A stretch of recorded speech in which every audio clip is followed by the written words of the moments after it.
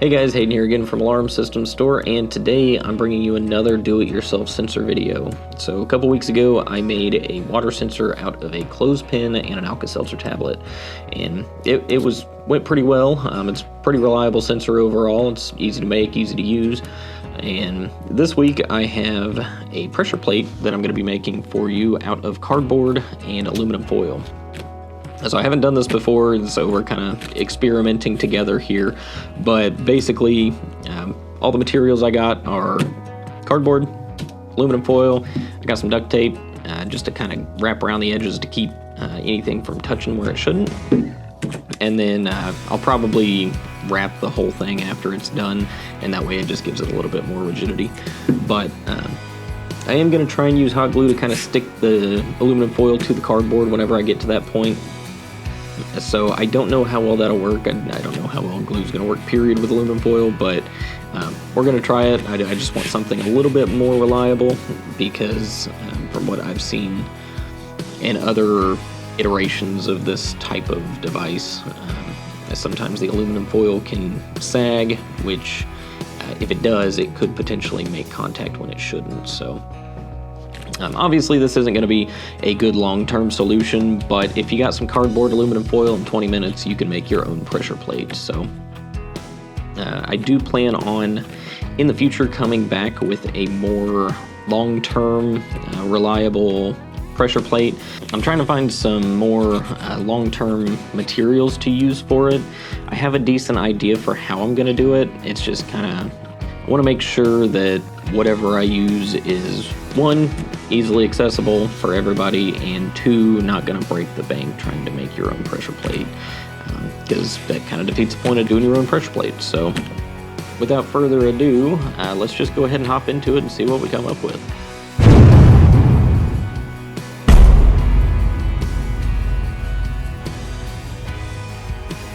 Alright, so jumping right in here. The concept for this pressure plate is pretty straightforward. Basically, you make two identical pads out of the cardboard and aluminum foil. I have one completed there at the bottom of the screen, but you can see me making the second one. The aluminum foil I just glued down to the pieces of cardboard using the hot glue, and then I wrapped duct tape around the edges to keep any of the edges from making contact when they shouldn't. And then from there, I'm going to create a filler layer, but we'll get into that in a moment.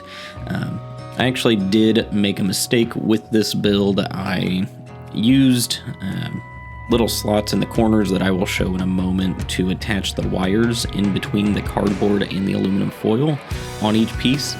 And that basically, using the hot glue, caused me some resistance issues. I wasn't getting good connection on one of the wires, so I ran into some issues, and we'll see that in a moment. But right here, there, you can see the corner I made, and that's where the wire is going to go. I tried to get the hot glue in there deep enough so that only the end of the wire was being held by glue, but I think by squeezing it, I kind of smushed the hot glue enough in there that it kept one of the wires from making a solid connection the whole time. But anyway, once you have the wires attached, the next step is to create the filler layer, and I'm going to do that using little strips of cardboard. I have one right there, and then I use that to cut out a few extra ones. I ended up doing 3, but I cut 4, but basically that is what's going to keep our pressure plate from touching whenever there is no pressure applied to it. You do want to make sure that there is enough surface area of aluminum foil that is not covered, and that gives you ample places where pressure can make the two pieces of aluminum foil connect. The aluminum foil is basically just carrying the electric current from whatever we have it attached to. And by touching those two pieces of aluminum, we're essentially closing an open circuit. So these pads here, these little strips of cardboard, that's what's going to keep the circuit open, basically. And the two empty areas on either side of this middle strip are where pressure can be applied to make the circuit connect. So I'll finish this up and be right back to test it.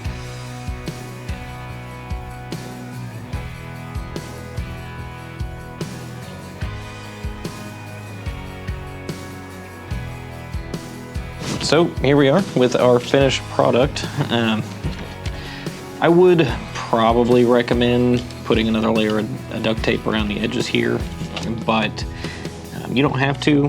This seems to be working perfectly fine for me. So basically all that's left to do is to test it. So I have a multimeter here, and we're basically just going to check continuity. And as long as we can open and close the circuit as we please, then it is good to go. So let me get this hooked up and turned on. And basically, we're just gonna wrap our wires here, and hopefully you guys can hear this, but if you've ever run continuity before on a voltmeter, it gives a tone whenever the circuit is closed and provides no tone when the circuit is open. So that is what we are checking for. You guys can watch what it shows there on the voltmeter as well. But basically, we got our wire leads hooked up, and we're just gonna press on it.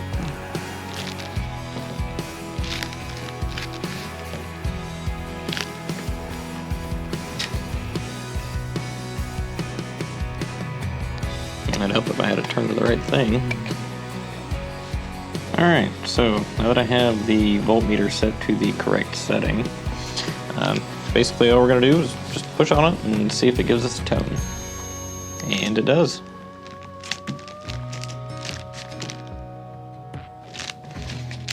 I do feel like I have a dead spot here. I'm not sure what could be causing that. Maybe I left some glue in there where I shouldn't have. So, work in progress, but you guys can see that it does partially work. So, this is basically why I wanted to create a more reliable option, because while I am getting a good tone for the majority of this pad, I am not getting full tone everywhere. So looking into these, I can't determine exactly why part of the aluminum foil is conducting electricity and part of it is not. I'm wondering if that's just the voltmeter being a little bit too weak to provide enough current through it. As a backup test, let's actually hook it up to an alarm system.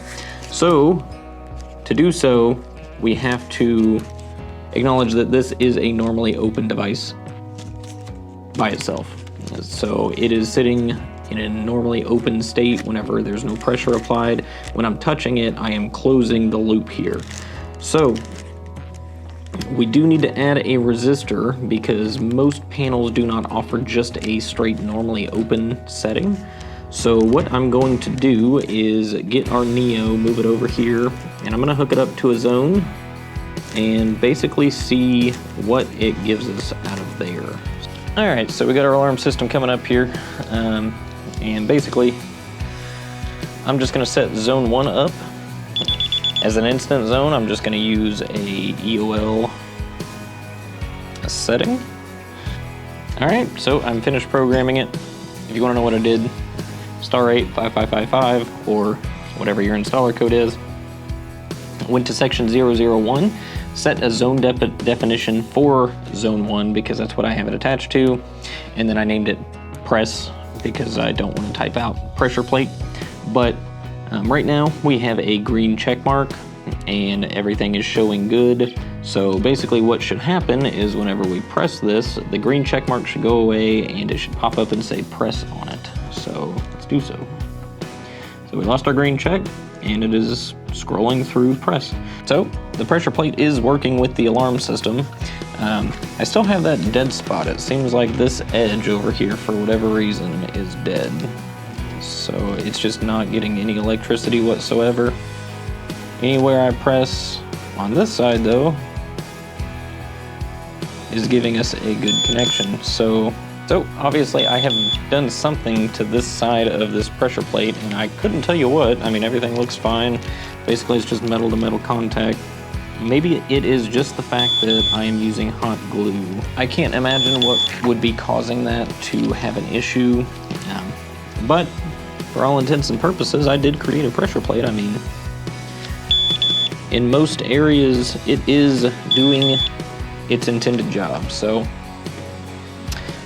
obviously not the best application. Like I said, I'm using cardboard and aluminum foil. So, what I would like to do in the future is make a much more reliable option, one that does not have these issues. And maybe part of my problem is just the fact that I'm using hot glue. I don't have a whole lot of experience with hot glue, but it's what I had available, so I thought I would try it. And maybe that provides some sort of resistance to electricity getting through to the back side of the plate over here. Obviously, this whole plate right here in the front is good, but back here, I'm not getting any connection. So, you guys saw me put it together. It's just one flat piece of aluminum foil, so the only thing I can think is the hot glue is somehow providing enough resistance that electricity isn't flowing to this side of the aluminum foil. I mean, you guys that are experts out there, please tell me what I did wrong, because I'm thoroughly confused at the moment. But anyway, I had fun making it, and that's the whole point of these videos, is to teach you guys something that you guys can tinker around with on your own time. So, while this is not perfect, obviously, it is doable. So if you guys want to try your hand at your own, by all means, you may do so. And hopefully this inspired you guys to come up with your own versions of this. If you have any suggestions for materials to use on a better pressure plate, by all means put them down there in the comments. I am looking into my own materials for a much more durable, much more long-term solution than cardboard and aluminum foil. So once I have procured what I want, I'm going to come back and I'm going to do another one of these. Hopefully it'll still be a more cost-effective option than just buying a legit pressure plate, because they're upwards of, even for something this size, would be probably around 40 bucks minimum, probably higher. Alright, so yeah, that's it for this video. Just kind of wanted to come up with another idea for a new sensor, and for the most part it did work, so I'm not upset, but at the same time I do wish I had a more solid product. But maybe if you guys out there, you start tinkering with it, maybe you can tell me what I did wrong. Maybe it's the hot glue, maybe it's... I have no idea, to be honest. I don't feel like that would matter a whole lot, but anyway, it is what it is. So let me know what you guys thought down below, and like I said, in the future I will be coming up with a much more long-term solution for pressure plates. Basically, I'm just looking for the filler material, which in this case is these middle cardboard strips here. Looking for something that will hold its shape as well as be a little bit more resistant to being compressed. That way you can't just put your finger on it and push it down. And that way it's a legit pressure plate that actually has a weight limit to it as well. But anyway, like I said, let me know what you guys thought. Leave a like and subscribe if you don't mind, and you can check out that other DIY water sensor, because that one went really well. So I will catch you guys on the next one.